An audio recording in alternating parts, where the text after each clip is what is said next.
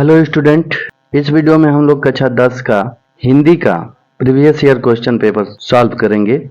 2025 का है।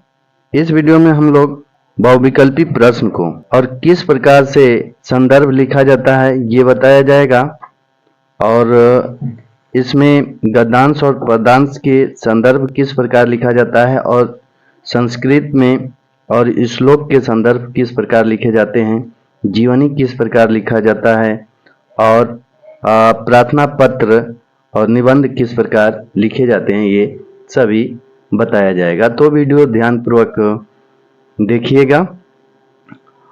एक ही वीडियो में सब कुछ बता दिया जाएगा कि किस प्रकार पेपर में लिखा जाता है, और इसी तरह से परीक्षा में जाकर लिखिएगा।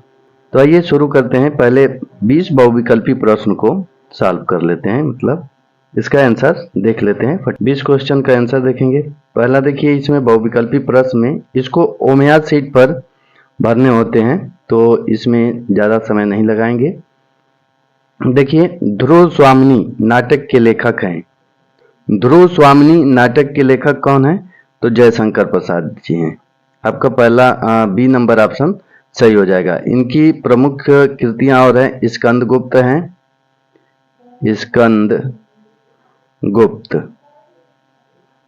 स्कंदगुप्त, अजातशत्रु, चंद्रगुप्त, कामायनी, झरना, आंसू, कंकाल, ये सभी इनकी प्रमुख रचनाएं हैं। आइए इसमें बात करते हैं 2 नंबर।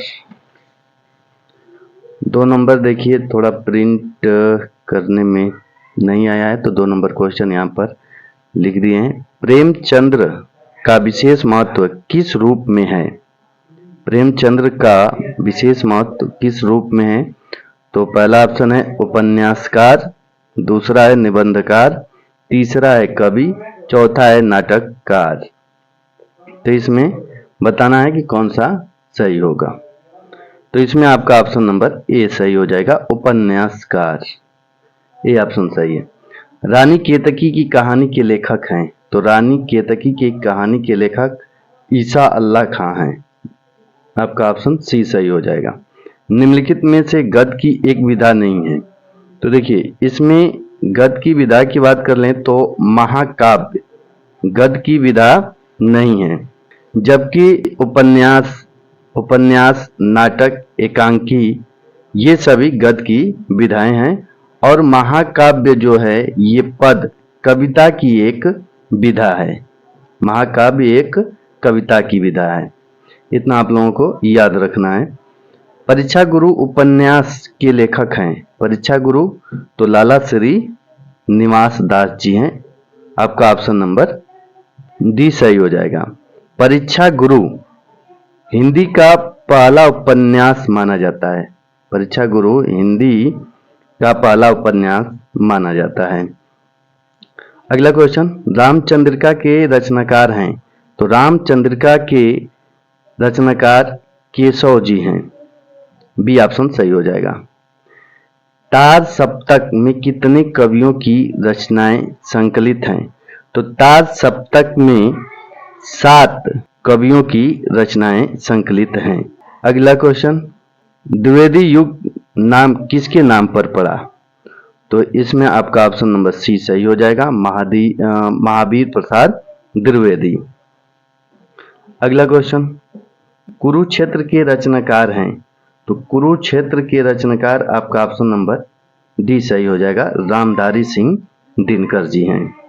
अगला क्वेश्चन देखते हैं, क्वेश्चन नंबर 10 भी क्वेश्चन कट गया है, तो यहाँ पर लिख दिए हैं, बिहारी ने किस भाषा में काव्य रचना की है? तो बिहारी ने ब्रज भाषा में अपना काव्य रचना की है। आपका ऑप्शन ए सही हो जाएगा। अगला क्वेश्चन, हास्य रस का अस्थाई भाव है। तो हास्य रस का अस्थाई भाव हास होता है। आपका ऑप्शन नंबर डी सही हो जाएगा। अगला क्वेश्चन, चौपाई के प्रत्येक चरण में मात्राएं होती हैं। तो ये आप लोगों को मालूम होगा, 16 मात्राएं होती हैं। 16 मात्राएं होती हैं। पीपर पात सरिस मन डोला पंक्ति में अलंकार है। तो इसमें उपमा अलंकार है। कौन सा अलंकार? उपमा अलंकार। इस पंक्ति में पीपर पात यानी पीपल का पत्ता और मन की तुलना सरिस समान शब्द से की गई है। सरिस समान शब्द से की गई है। जहां समानता बताई जाती है वहां उपमा अलंकार होता है, इसलिए यहां पर कौन सा अलंकार होगा? उपमा अलंकार होगा। आपका ऑप्शन नंबर सी सही हो जाएगा। पंचवटी में प्रयुक्त समास है, यानी 5 वटों का समूह जिस समास में प्रथम पद संख्यावाची विशेषण होता है उसे द्विगु समास कहते हैं। कौन सा समास? द्विगु समास कहते हैं। तो आपका ऑप्शन नंबर ए सही हो जाएगा। गंगा का पर्यायवाची शब्द है, तो गंगा का पर्यायवाची शब्द होता है सुरसरी। अभिमान में प्रयुक्त उपसर्ग है, तो अभिमान में अभी जो है वो प्रयुक्त उपसर्ग है और मान जो है मूल शब्द है। अगला 17 नंबर, तद शब्द की चतुर्थ विभक्ति एक वचन पुल्लिंग का रूप होगा, तो तस्मय होगा। आपका ऑप्शन नंबर सी सही हो जाएगा, तस्मय। 18 नंबर क्वेश्चन देखते हैं। पद परिचय की दृष्टि से पद कितने प्रकार के होते हैं, ये कर दिया है। पद कितने प्रकार के होते हैं? तो 4 प्रकार के होते हैं। आपका ऑप्शन बी सही हो जाएगा। कर्तरी वाच्य में प्रधानता होती है, तो कर्ता की प्रधानता होती है। भाषा की सबसे छोटी इकाई होती है, तो भाषा की सबसे छोटी इकाई अक्षर या ध्वनि होता है। तो आपका ऑप्शन नंबर डी सही हो जाएगा। आइए अब वर्णात्मक प्रश्न को सॉल्व करते हैं। वर्णात्मक प्रश्न देखते हैं किस प्रकार लिखे जाते हैं। वर्णात्मक प्रश्न का पहला क्वेश्चन देखते हैं। निम्नलिखित गद्यांश पर आधारित 3 प्रश्नों के उत्तर दीजिए। देखिए, इस प्रकार के जो गद्यांश दिए जाते हैं इसको ध्यानपूर्वक पढ़ना होता है और इसी में से आंसर लिखना होता है। अब इसमें पहला क्वेश्चन है, उपर्युक्त गद्यांश का संदर्भ लिखिए। अब ये जो गद्यांश दिया गया है, ये गद्यांश जो दिया गया है इसका संदर्भ लिखना है। दूसरा क्वेश्चन, हमारे देश का प्राण क्या है? देखिए यहाँ पर संस्कृति अथवा सामूहिक चेतना ही हमारे देश का प्राण है, तो यहां से यहां तक लिख देंगे, यही इसका आंसर होगा। रेखांकित अंश की व्याख्या कीजिए। तो जितने भी ये रेखांकित हुए हैं इनका व्याख्या करना है, इनका अर्थ बताना है। चलिए आइए इसका सॉल्यूशन देखते हैं। तो देखिए, ये है परीक्षा में आपको कैसे लिखना है, पहले ये समझिए। परीक्षा में इसी तरह हेडिंग लगाना है, प्रश्नोत्तर नंबर 1 या प्रश्नोत्तर संख्या 1। अब यहाँ पर गद्यांश जो लिखा जाएगा तो उसका जो ये शुरू वाला 2-3 शब्द इधर से और यहाँ से लिख दिया जाता है डॉटेड लाइन देकर। इसके बाद संदर्भ लिखेंगे। संदर्भ लिखेंगे, इसमें लिखना है कि प्रस्तुत गद्यांश हमारी पाठ्य पुस्तक हिंदी के गद्य खंड के भारतीय संस्कृति नामक पाठ से लिया गया है। इसके लेखक डॉक्टर राजेंद्र प्रसाद हैं। अब ये क्वेश्चन नंबर आपका पहला जो उपयुक्त गद्यांश का संदर्भ लिखिए हो गया। अब दूसरा क्वेश्चन, हमारे देश का प्राण क्या है? तो संस्कृति अथवा सामूहिक चेतना ही हमारे देश का प्राण है। संस्कृति अथवा सामूहिक चेतना ही हमारे देश का प्राण है। अब अगला क्वेश्चन है, इसमें रेखांकित अंश की व्याख्या कीजिए। तो यहां पर लिखना है रेखांकित अंश की व्याख्या, हेडिंग लगाएंगे और हेडिंग लगाकर इसको जो रेखांकित अंश है उसकी व्याख्या करेंगे। और यहाँ पर देखिए लिखा है, प्रस्तुत रेखांकित अंश में लेखक यह स्पष्ट करना चाहते हैं कि सामूहिक चेतना या संस्कृति हमारे देश का मूल आधार है। भले ही हमारे देश में विभिन्न प्रदेशों, संप्रदायों, वर्गों और जातियों के लोग रहते हैं, और उनमें खान पान, रहन सहन आदि की अनेक भिन्नताएं हैं, फिर भी एक ऐसी नैतिक चेतना है जो सबको एकता के सूत्र में बांधी हुई है। इस प्रकार से आपको लिखना है। अब देखिए इसमें अथवा वाला भी क्वेश्चन दिया है, तो इन दोनों में से केवल एक आपको करना है। तो अथवा वाला क्वेश्चन क्या है? ईर्ष्या यही अनोखा वरदान है जिस मनुष्य के हृदय में ईर्ष्या घर बना लेती है, वह उन चीजों से आनंद नहीं उठाता जो उसके पास मौजूद है, बल्कि उन वस्तुओं से दुख उठाता है जो दूसरों के पास है। वह अपनी तुलना दूसरों के साथ करता है और इस तुलना में अपने पक्ष के सभी अभाव उसके हृदय पर डंस मारते रहते हैं। डंस की इस दाह को भोगना कोई अच्छी बात नहीं है, मगर ईर्ष्यालु मनुष्य करे भी तो क्या, आदत से लाचार होकर उसे यह वेदना भोगनी पड़ती है। तो इसमें देखिए पहला क्वेश्चन है उपर्युक्त गद्यांश का संदर्भ लिखिए, तो इसका भी संदर्भ लिखना है। दूसरा क्वेश्चन है मनुष्य दुख क्यों भोगता है, और तीसरा क्वेश्चन है रेखांकित अंश की व्याख्या कीजिए। तो इसकी व्याख्या देखिए, यहां पर लिखेंगे ईर्ष्या का ... भोगनी पड़ती है। इसके बाद संदर्भ लिखेंगे। संदर्भ प्रस्तुत गद्यांश हमारी पाठ्य पुस्तक हिंदी के गद्य खंड के ईर्ष्या तू न गई मेरे मन से नामक पाठ से लिया गया है। इनके लेखक रामधारी सिंह दिनकर हैं। दूसरे का आंसर होगा मनुष्य दूसरों के पास मौजूद वस्तुओं से दुखी होकर और अपनी तुलना दूसरों से करके दुख भोगता है। तीसरा क्वेश्चन प्रस्तुत रेखांकित अंश का आशय है कि, इतना हेडिंग लगाएंगे और देखिए रेखांकित शब्द जो है रेखांकित अंश जो है इसमें यहां से लेकर यहां तक का अर्थ बताना है कि इस रेखांकित अंश का मतलब क्या है। तो यहां पर देखिए लिखा गया है कि प्रस्तुत रेखांकित अंश का आशय है कि ईर्ष्यालु व्यक्ति के हृदय में ईर्ष्या रूपी डंस लगातार चुभते रहते हैं।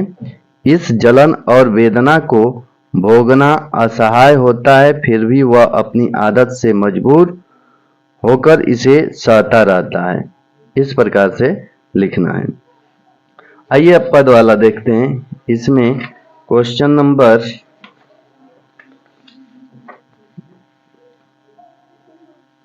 नंबर 2 होगा पद से और गद्य पदांश से पर आधारित क्वेश्चन। तो देखिए ये दूसरा क्वेश्चन है, दिए गए पदांश पर आधारित 3 प्रश्नों के उत्तर दीजिए। निर्गुण कौन देश को वासी, मधुकर कई समुझाए सौ दें, बुझतीन साच नहासी, को है जनक कौन है जननी, कौन नारी को दासी, कैसो वरन वेश है कैसो कीहीं रस में अभिलाषी। तो अब इस प्रकार के इस पंक्ति को पढ़ना है। अब ये देखना है कि ये किस पाठ से है और इसके लेखक कौन है, इसके रचयिता कौन है। अब क्वेश्चन देखिए, उपयुक्त पदांश का संदर्भ लिखिए। पदांश में मधुकर शब्द किसके लिए प्रयुक्त हुआ है। तीसरा है रेखांकित अंश की व्याख्या कीजिए। तो इसका सॉल्यूशन देखते हैं। देखिए क्वेश्चन नंबर 2 ये है। देखिए प्रश्नोत्तर संख्या 2 लिखेंगे। यहाँ पर निर्गुण कौन देश ... मति नासी। अब संदर्भ लिखेंगे। संदर्भ लिखेंगे प्रस्तुत पदांश। ये देखिए पदांश है तो पदांश लिखेंगे। प्रस्तुत पदांश हमारी पाठ्य पुस्तक हिंदी के काव्य खंड के सुरसागर नामक पाठ से लिया गया है। इसके रचयिता सूरदास जी हैं। दूसरे का आंसर होगा पदांश में मधुकर शब्द उद्धव के लिए प्रयुक्त हुआ है। अब रेखांकित अंश की व्याख्या। अब इसमें रेखांकित क्या है देखिए, रेखांकित ये है कि निगुण कौन देश को कौन वासी मधुकर कही समुझाए सौह दें बुझती साँच न हासी। इतना रेखांकित है, इसी का व्याख्या करना है। तो इसका व्याख्या देखिए, गोपियां उद्धव से पूछती हैं कि हे उद्धव, तुम यह बताओ तुम्हारा वह निर्गुण ब्रह्मा किस देश का रहने वाला है। हम तुमको शपथ दिलाकर सच सच पूछ रही हैं, कोई हंसी मजाक नहीं कर रही हैं। इस प्रकार से लिखना है और राइटिंग बनाकर लिखना है। अब प्रश्नोत्तर संख्या 2 का अथवा वाला देखिए, कोई एक ही करना है। देखिए अथवा में है, इस समाधि में छुपी हुई है एक राख की ढेरी, जलकर जिसने स्वतंत्रता की दिव्य आरती फेरी। यह समाधि या लघु समाधि है झांसी की रानी की, अंतिम लीला स्थली यही है लक्ष्मी मर्दानी की। पहला क्वेश्चन इसमें है, उपरोक्त पदांश का संदर्भ लिखिए। कावित्री ने किसकी समाधि पर अपनी भावनाएं व्यक्त की हैं, दूसरा क्वेश्चन। और तीसरा क्वेश्चन है, रेखांकित पंक्तियों की व्याख्या कीजिए। तो ये जो रेखांकित पंक्तियां हैं इनकी व्याख्या करना है। तो इसका आंसर देखिए, संदर्भ पहले में लिखेंगे। संदर्भ, प्रस्तुत काव्य पंक्तियां हमारी पाठ्य पुस्तक हिंदी के काव्य खंड में संकलित श्रीमती सुभद्रा कुमारी चौहान की कविता झांसी की रानी की समाधि पर शीर्षक से अवतरित है। इस प्रकार भी लिख सकते हैं। अब यहाँ पर देखिए, ये जो पेन लगाए हैं ये ब्लैक से ही लिखना है। ये काव्य खंड ब्लैक से, ये श्रीमती सुभद्रा कुमारी चौहान ये काला से ही लिखना है। ये भी पाठ का नाम भी, लेखक का नाम भी और खंड काव्य हिंदी, ये सब आपको अलग पेन से ही लिखना होगा। दूसरा का, कवित्री ने झांसी की रानी लक्ष्मीबाई की समाधि पर अपनी भावनाएं व्यक्त की हैं। रेखांकित पंक्तियों की व्याख्या, यह छोटी सी समाधि लक्ष्मीबाई के महान त्याग और देशभक्ति की निशानी है। यही स्थान रानी लक्ष्मीबाई की जीवन लीला का अंतिम स्थल है, जहां रानी ने पुरुषों जैसी वीरता का प्रदर्शन कर स्वयं का बलिदान कर दिया था। तो इस प्रकार से लिखने से आपको पूरा का पूरा नंबर मिलेगा। अब इसमें अगला क्वेश्चन देखते हैं क्या है। अगला क्वेश्चन तीसरा है, संस्कृत में निम्नलिखित संस्कृत गद्यांश में किसी एक का संदर्भ सहित हिंदी में अनुवाद कीजिए। तो हिंदी में अनुवाद इसका करना है और संदर्भ भी लिखना है। तो आइए देख लेते हैं संस्कृत में संदर्भ किस प्रकार लिखा जाएगा। देखिए क्वेश्चन नंबर यहाँ पर लिखेंगे, प्रश्नोत्तर संख्या 3, अस्माकम दृढ़ता चेती। और श्लोक एक बार पढ़ लेते हैं, कहाँ गया, हाँ ये है, अस्माकं संस्कृति सदा गतिशीला वर्तते मानव जीवनम, इस प्रकार से दिया है। अब इसका संदर्भ लिखना है और इसका हिंदी में अनुवाद लिखना है। देखिए संदर्भ लिखेंगे, प्रस्तुत गद्यांश हमारी पाठ्य पुस्तक हिंदी के संस्कृत खंड के भारतीय संस्कृत पाठ से लिया गया है। अब ये देखिए, ये पढ़कर आपको पता लगाना होगा कि इस पाठ का किस पाठ से ये दिया गया है।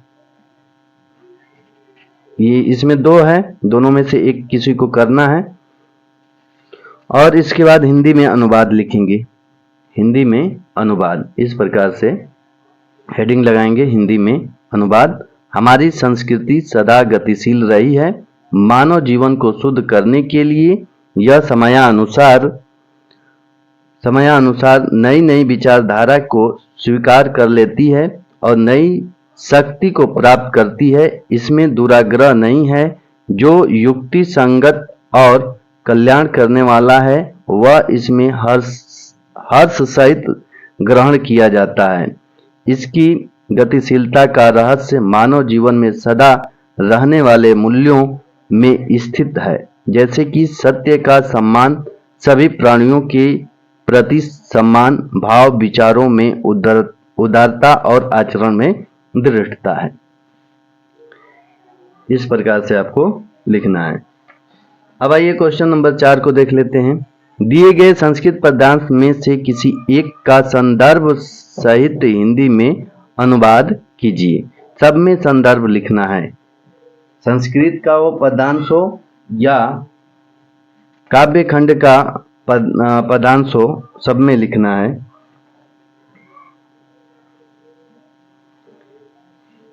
अब देखिए इसमें लिखेंगे प्रश्नोत्तर संख्या चौथा का अथवा। यदि आप लोग चौथा का पहला कर रहे हैं तो केवल प्रश्नोत्तर संख्या 4 लिखेंगे, और यदि अथवा कर रहे हैं तो प्रश्नोत्तर संख्या 4 का अथवा लिखेंगे। इसके बाद संदर्भ लिखेंगे। देखिए संदर्भ, प्रस्तुत पदांश हमारी पाठ्य पुस्तक हिंदी के संस्कृत खंड के जीवन सूत्राणी पाठ से लिया गया है। अब हिंदी में अनुवाद करेंगे।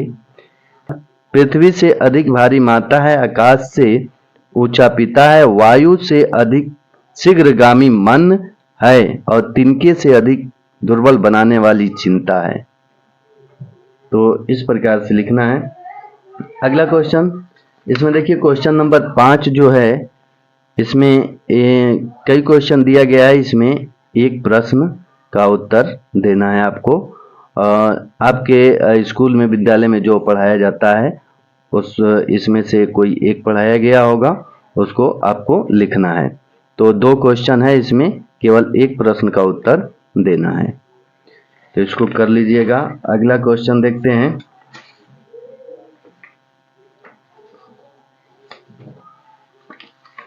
देखिए अगला क्वेश्चन है क्वेश्चन नंबर 6। निम्नलिखित लेखकों में से किसी एक लेखक का जीवन परिचय देते हुए उनकी एक प्रमुख रचना का उल्लेख कीजिए। अब देखिए जीवनी किस प्रकार लिखा जाता है, कैसे पूरे के पूरे नंबर जीवनी में मिलता है, तो देख लीजिए। इस प्रकार से जीवनी लिखा जाता है। देखिए यहां पर लिखेंगे प्रश्नोत्तर संख्या 6 क। पहला दिए हैं, इसमें पहला है, देखिए किसका किसका लिखना है। तो रामधारी सिंह दिनकर, आचार्य रामचंद्र शुक्ल, जयशंकर प्रसाद, तीनों में से एक पर किसी पर लिख सकते हैं। तो यहाँ पर जो लिखा गया है वो रामधारी सिंह दिनकर पर लिखा गया है। ऐसे संक्षिप्त में एक ऐसे ब्रैकेट इस प्रकार से एक संक्षिप्त में बना लेंगे। जब जीवनी किसी का भी लिखें तो इस प्रकार बना लीजिए, और इसमें नाम, जन्म, जन्म स्थान, माता पिता, मृत्यु, रचनाएं लिख दीजिए इतना।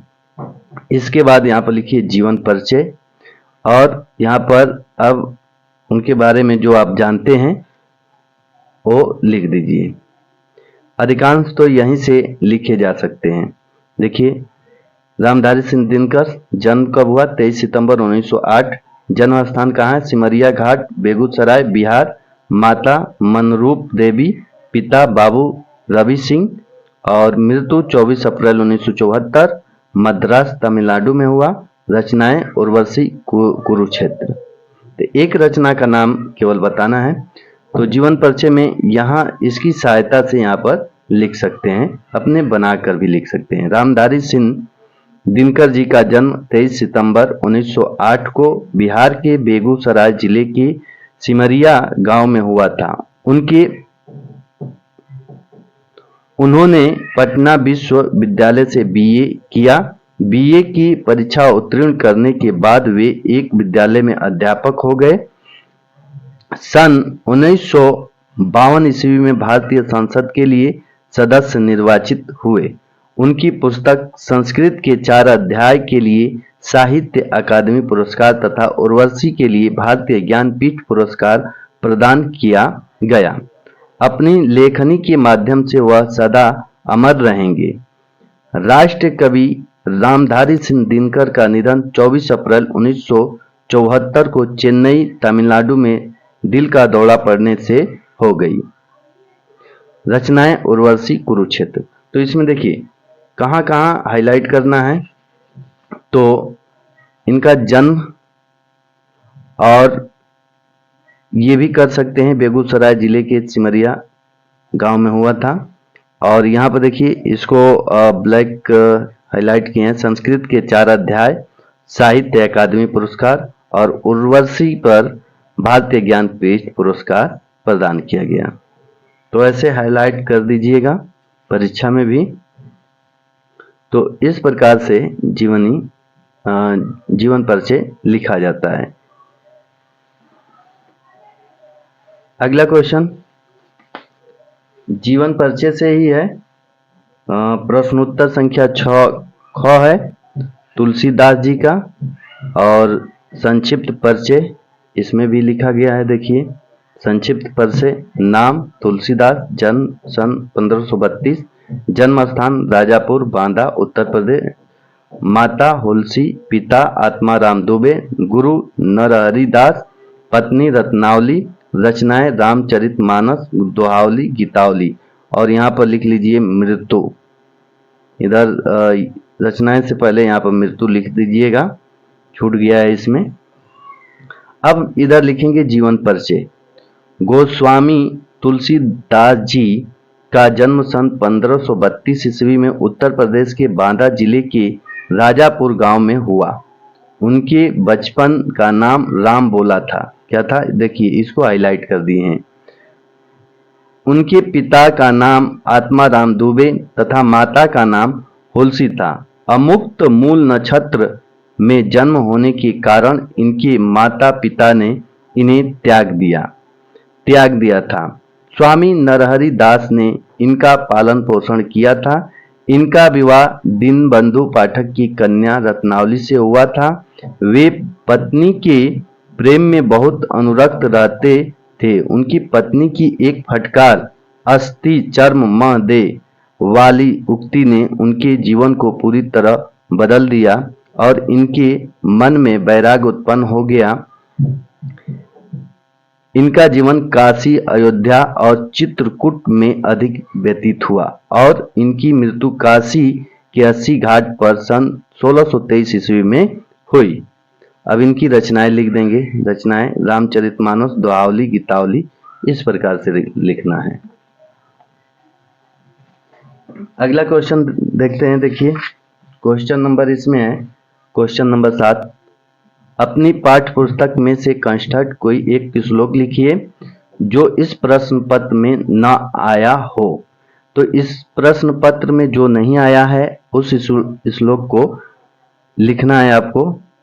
ये 2 नंबर का है, तो आप लोग इस श्लोक तो याद किए होंगे, तो इस श्लोक लिख लीजिएगा। अब अगला क्वेश्चन देखते हैं 8वां। 2 दिन का अवकाश लेने हेतु प्रधानाचार्य को प्रार्थना पत्र लिखिए। तो प्रार्थना पत्र किस प्रकार लिखा जाता है ये देखिए। प्रार्थना पत्र भी इस प्रकार से लिखा जाएगा। देखिए पहले लिखा जाएगा प्रश्नोत्तर संख्या 8 अथवा में दिया है शायद। देखिए ये एक 8 में दिया है तो पत्र दिया है और ये प्रार्थना पत्र है, तो प्रार्थना पत्र यहाँ पर लिखा गया है। छुट्टी के लिए प्रधानाचार्य को प्रार्थना पत्र ऐसे लिखेंगे, अंडरलाइन करेंगे, लिखेंगे यहाँ पर सेवा में श्रीमान प्रधानाचार्य महोदय, अपना स्कूल का नाम। इसके बाद विषय लिखेंगे। विषय बुखार होने के कारण विद्यालय से छुट्टी लेने के संबंध में। अब यहाँ पर लिखेंगे महोदय। इसके बाद सविनय निवेदन है कि जो भी चीजें हों। इसके बाद यहाँ पर लिखेंगे आप अपने अतः आपसे नम्र निवेदन है कि मुझे 2 दिन की छुट्टी देने की कृपा करें। इसके बाद यहाँ पर लिखना है, देखिए आपका आज्ञाकारी छात्र। नाम पेपर बोर्ड कॉपी में नाम नहीं लिखा जाता है, तो नाम XYZ लिख दीजिएगा। कक्षा 10वीं, रोल नंबर आप लिख सकते हैं और दिनांक इधर इस साइड में दिनांक 26 दिसंबर 2025, इस तरह से आप लोग लिख सकते हैं।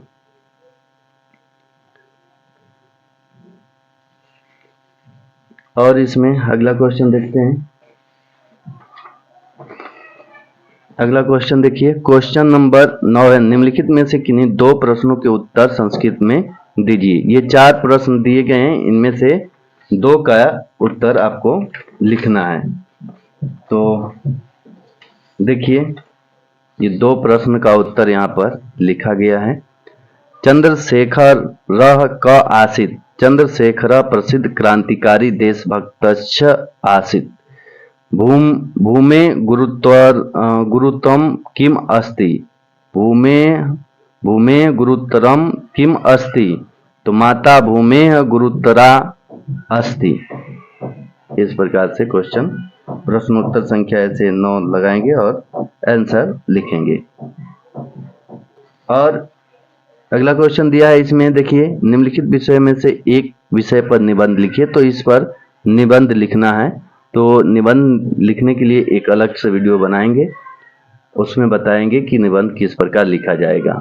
इस वीडियो में इतना ही, मिलते हैं अगले वीडियो में।